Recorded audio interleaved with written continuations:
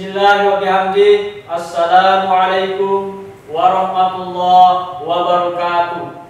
Selamat berjumpa dalam acara INTB Belajar dari Rumah, Sehat, Cerdas, dan Membanggakan. Pada kesempatan ini saya akan menyampaikan materi tentang Monera. Adapun tujuan pembelajaran pada hari ini adalah para siswa diharapkan mampu: 1. Menyebutkan ciri-ciri bakteria. Yang kedua, menjelaskan perbedaan antara Archaebacteria dan Eubacteria.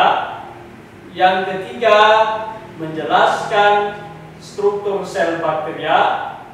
Yang keempat, menjelaskan perbedaan bakteri gram positif dan bakteri gram negatif.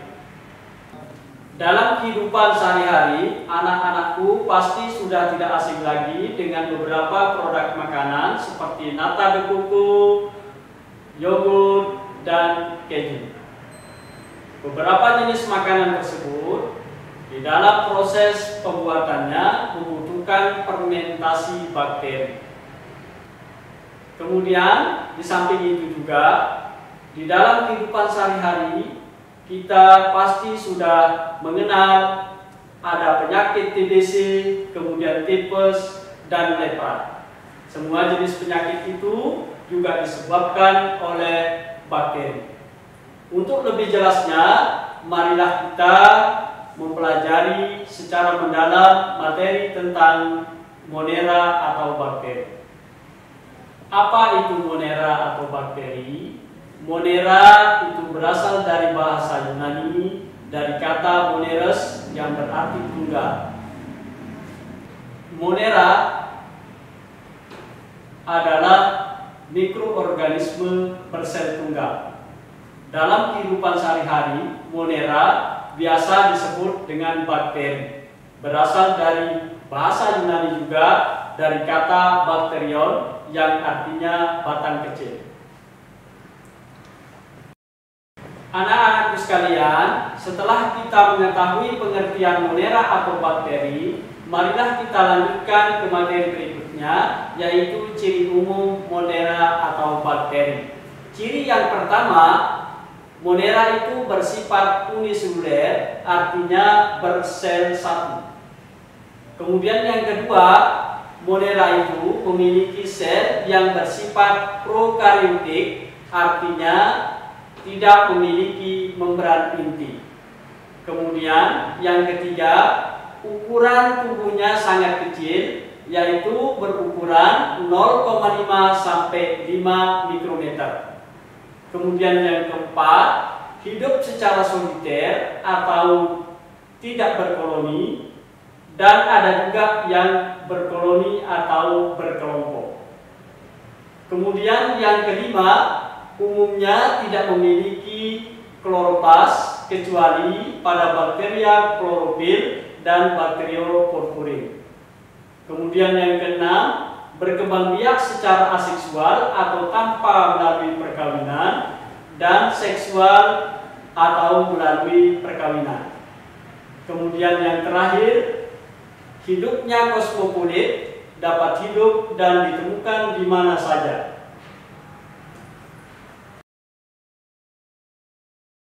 Anak-anak sekalian, Monera itu dibagi menjadi dua kelompok, yaitu yang pertama Archaebacteria, kemudian yang kedua Eubacteria.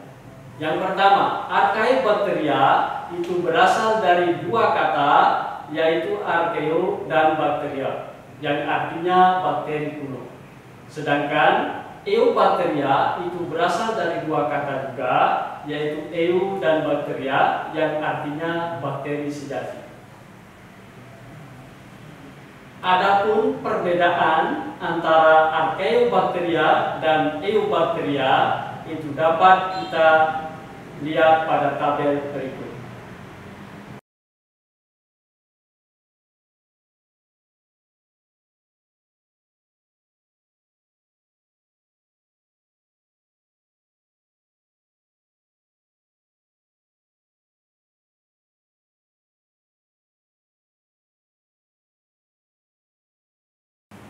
Dari tabel tersebut bisa kita lihat bahwa antara Eubacteria dan Archaebacteria itu terdapat persamaan dan juga terdapat perbedaan.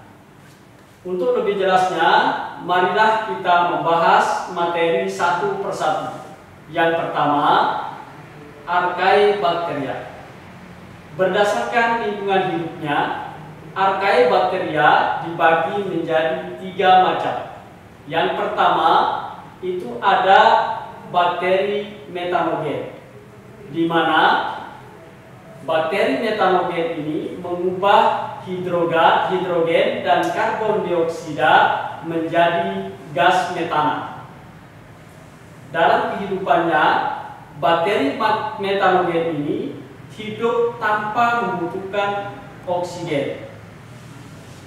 Sebagai contoh, bakteri metanogen ini biasanya ditemukan di daerah rawa, kemudian terdapat juga pada atau dalam perut ruminansia.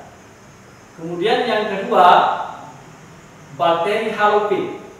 Bakteri halopin ini merupakan bakteri yang hidup pada perairan yang kadar garamnya tinggi. Sebagai contoh, Hulobacterium halubium yang hidup pada tambak. Kemudian yang ketiga ada bakteri termoacidopin, yaitu kelompok bakteri yang mampu bertahan hidup pada perairan yang memiliki keasaman dan suhu yang sangat tinggi. Sebagai contoh adalah Sulfolobus. Marilah kita lanjutkan ke kelompok bakteri yang kedua, yaitu Eubacteria. Yang pertama di sini struktur tubuh Eubacteria. Struktur tubuh Eubacteria dibagi menjadi 2, yaitu struktur luar dan struktur dalam. Kita mulai dari struktur luar. Di sini terdapat bagian yang paling luar dari bakteri, yaitu kapsul. Kapsul merupakan bagian terluar dari sel bakteri yang berfungsi untuk mempertahankan bakteri, kemudian menjaga bakteri supaya tidak kering, kemudian sebagai pelicin pada saat masuk ke sel inangnya. Kemudian yang kedua adalah dinding sel. Dinding sel berfungsi untuk mempertahankan bentuk bakteri dan berfungsi supaya bakteri tidak pecah. Kemudian yang ketiga, membran plasma. Membran plasma berfungsi sebagai jalan keluar masuknya zat atau sebagai tempat pertukaran zat. Kemudian struktur luar selanjutnya yaitu flagella. Flagella berfungsi sebagai alat gerak dari sel bakteri. Kemudian selanjutnya ada pili.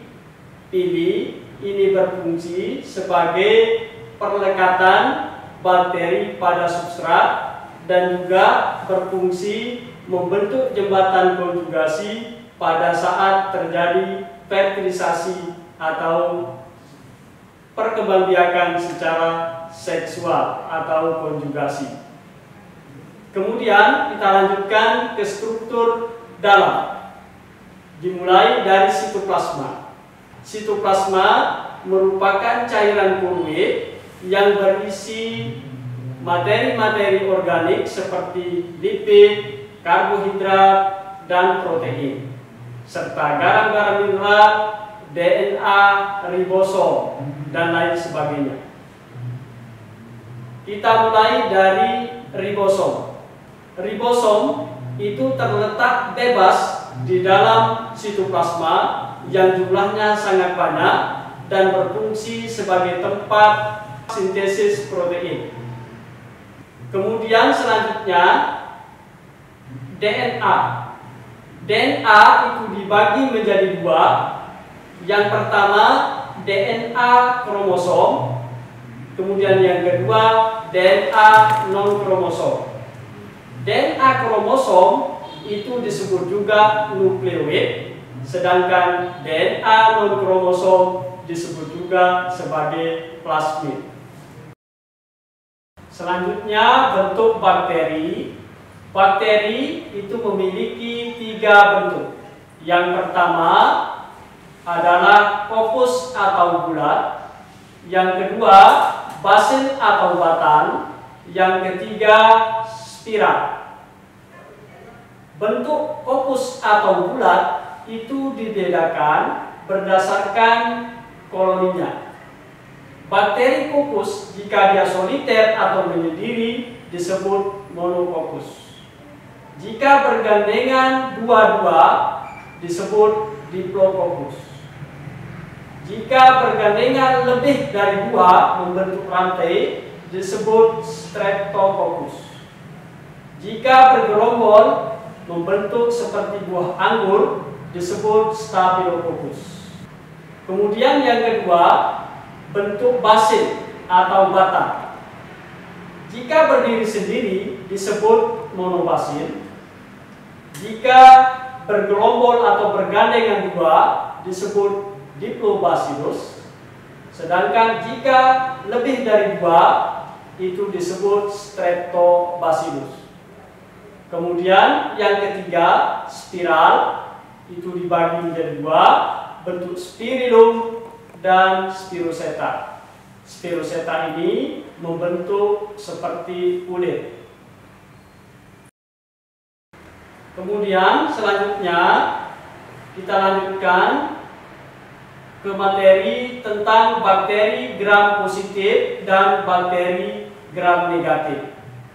Seorang ilmuwan yang berasal dari Denmark yang bernama Hans Christian Gram mengembangkan teknik pengelompokan bakteri berdasarkan pewarnaan gram. Beliau memberikan pewarnaan dengan warna violet dan iodium, kemudian dibilas dengan menggunakan alkohol, kemudian diberikan warna merah. Kemudian setelah itu akan terjadi perbedaan warna. Jika warna yang timbul itu warna ungu, maka dikelompokkan menjadi gram positif. Sedangkan jika berwarna merah, maka dikelompokkan menjadi bakteri gram negatif. Jelasnya bahwa bakteri gram positif itu dinding selnya mampu menyerap warna violet dan memiliki peptidobigan. Contohnya Actinomyces, Lactobacillus, Eubacterium, dan lain-lain. Kemudian bakteri gram negatif itu memiliki dinding sel yang mampu menyerap warna merah. Kemudian dinding selnya memiliki peptidobigan tipis. Contohnya Azotobacter, Rhizobium, Salmonella, dan lain-lain. Anak-anakku sekalian, dari penjelasan saya tadi, apakah kalian sudah memahaminya? Untuk lebih memahami materi ini, silakan kalian mengerjakan tugas berikut ini.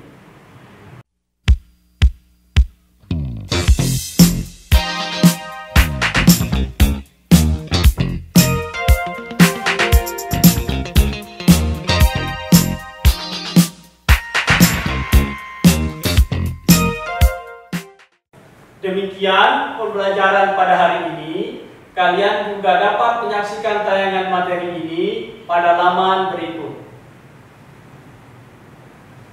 Semoga anak-anak selalu sehat dan ingat untuk menerapkan protokol kesehatan seperti mencuci tangan, menggunakan masker, menjaga jarak, dan berdoa. Sampai jumpa.